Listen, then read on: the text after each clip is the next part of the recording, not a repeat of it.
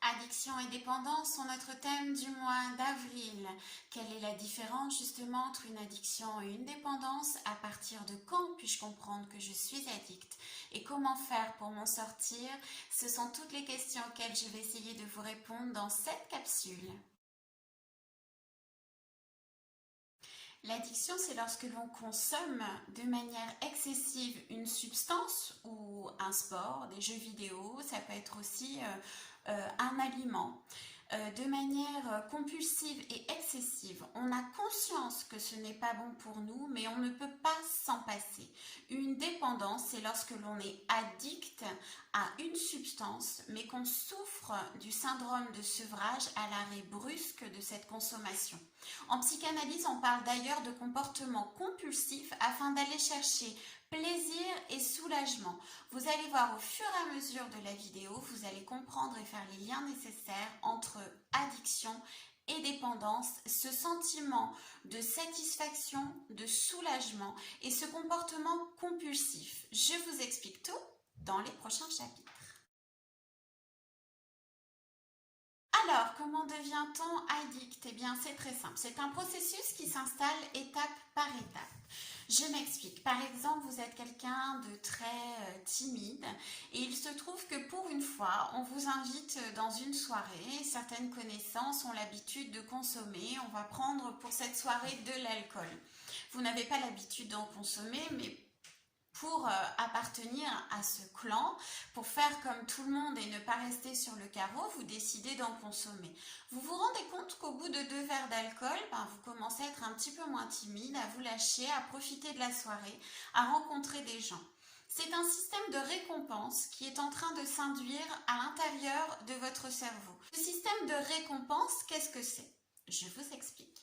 Lorsque vous avez faim, votre ventre gargouille, c'est pas super agréable. Vous allez donc chercher quelque chose à manger. Une fois que vous avez consommé votre aliment, vous êtes soulagé puisque votre ventre ne gargouille plus et en plus de ça, vous êtes à satiété, donc il y a un certain plaisir qui s'installe.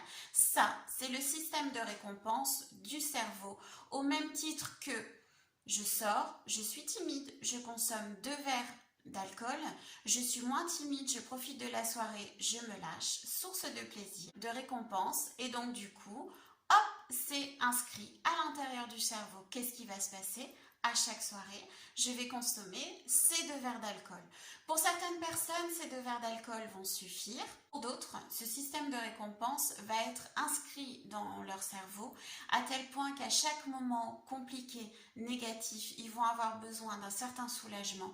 Ils vont consommer de l'alcool, ils vont être dans une soirée, ils vont consommer de l'alcool. À chaque moment d'euphorie, pour en avoir encore plus, ils vont consommer de l'alcool. Et là, on commence à rentrer dans une addiction, allant parfois jusqu'à la dépendance.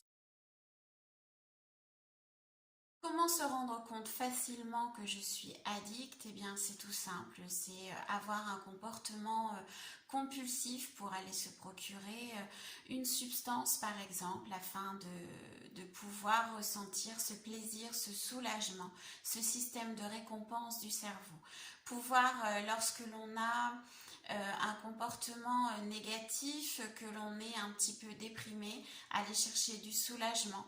Lorsque l'on est omnibulé par cette consommation de substances, aller rechercher du plaisir et la manière totalement incontrôlée de faire les choses pour pouvoir aller se procurer cette substance, c'est ce fameux comportement compulsif. Donc s'il y a bien 3 choses que vous devez retenir, c'est un comportement compulsif pour aller se procurer plaisir et soulagement à travers une substance ou à travers quelque chose que je fais. Donc c'est-à-dire une substance, l'alcool, les drogues dures, le THC, un comportement, ça peut être un comportement alimentaire, ça peut être un comportement au niveau des jeux vidéo, c'est quelque chose qui me procure plaisir et soulagement là, maintenant, tout de suite. Il est important cependant de comprendre que le cerveau ne travaille pas tout seul. À l'intérieur de celui-ci, nous avons ce que l'on appelle des neurones. Les neurones analysent une information, en retirent le nécessaire afin de transmettre au cerveau un message par un flux nerveux, c'est-à-dire une petite décharge électrique.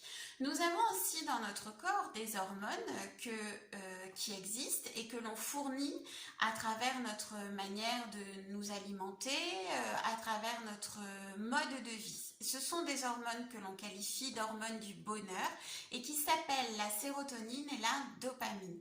Qu'est-ce que la sérotonine et la dopamine? Ce sont des neurotransmetteurs. Donc, qu'est-ce que vous comprenez par neurotransmetteurs?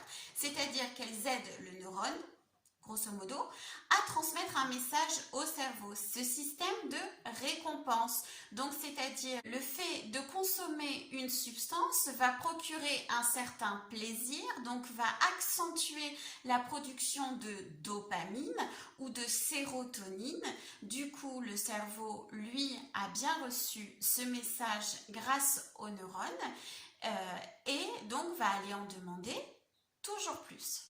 Sur une personne saine, ces deux hormones sont totalement équilibrées. Vous comprendrez que sur une personne, par exemple, atteinte de dépression et consommant des substances, elles vont être complètement déséquilibrées. Donc, il va falloir constamment rééquilibrer l'une et l'autre et donc consommer parfois différentes substances. Par exemple, la dopamine, c'est l'hormone qui fournit ce fameux circuit de récompense. On trouve de la dopamine à l'intérieur de l'alcool, de la cocaïne, des médicaments psychoactifs par exemple. La sérotonine, c'est l'hormone qui va nous permettre de favoriser le soulagement. On va la trouver également dans l'alcool, la cocaïne, mais aussi les opiacés ou encore les amphétamines. Donc vous comprenez pourquoi certaines personnes addictes sont addictes à différentes substances. Elles sont constamment en train de devoir équilibrer ces deux hormones essentielles finalement à leur bien-être. Alors la question la plus difficile, comment faire pour m'en sortir? Alors moi je vous proposerai à la première prise de conscience de décrocher votre téléphone et d'appeler un thérapeute. Nous sommes là pour vous aider, pas pour vous juger. Il m'arrive d'ailleurs très souvent de recevoir des personnes addictes que j'accueille, que j'entoure, que je soutiens et on arrive à de très beaux résultats. Une démarche qui est, il faut le savoir, tout de même très compliquée puisque c'est une démarche qui se fait dans le temps et qui a besoin d'une grande motivation, d'où l'importance de votre choix de thérapie. Donc, approchez le téléphone ne serait-ce que pour avoir des renseignements, que pour rencontrer le thérapeute. Et à partir du moment où vous avez rencontré le thérapeute qui vous convient, eh ben, n'hésitez pas et allez-y et commencez votre cheval de bataille. Encore une fois, ça commence aussi par un travail sur soi. Pour les cas les plus compliqués, eh bien, nous parlons d'hospitalisation avec sevrage médicamenteux. Et puis pour certains, nous avons l'hospitalisation à domicile. Ce sont des hospitalisations et des suivis qui se font de manière multidisciplinaire, c'est-à-dire que vous êtes entouré d'infirmiers, d'addictologues, psychiatres, psychanalystes, chacun avec sa spécialité pour vous accompagner vers le mieux-être. Je peux vous dire de sources sûres que ça fonctionne très très bien. Il suffit d'être motivé et là, c'est ce qui est le plus compliqué au niveau de la prise en charge. Dans le cas de souhait d'anonymat, je vous invite également à appeler le CEID de votre région. Bien évidemment, vous allez trouver tout un tas de liens en barre d'infos pour vous aider dans cette démarche. Et n'hésitez pas, si moi je peux vous aider, vous donner des coordonnées, vous orienter selon votre région, vous recevoir si vous habitez dans le coin, n'hésitez pas, je suis aussi là pour ça.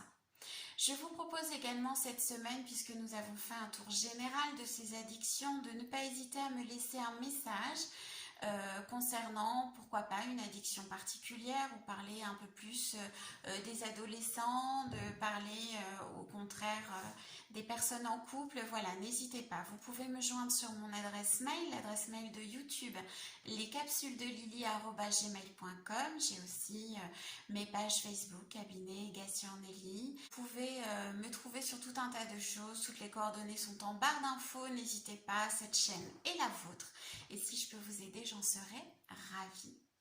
Bien évidemment, un soin hypnotique vous sera également offert. Attention, ce soin hypnotique est général et ne fait en aucun cas lieu de diagnostic. C'est un soin hypnotique qui va vous permettre de vous aider dans la prise de conscience, pourquoi pas. Pour certains, vous aider totalement selon le taux d'addiction que vous avez. Et pour d'autres, pourquoi pas dans la prise de conscience. Dans tous les cas, n'hésitez pas, c'est offert, c'est pour vous. Ma porte est grande ouverte. Ma boîte mail aussi, les visios c'est possible aussi, je consulte dans toute la France par Skype, Messenger ou Instagram, donc vraiment n'hésitez pas. Je vous fais de gros bisous et je vous dis portez-vous bien, restez chez vous et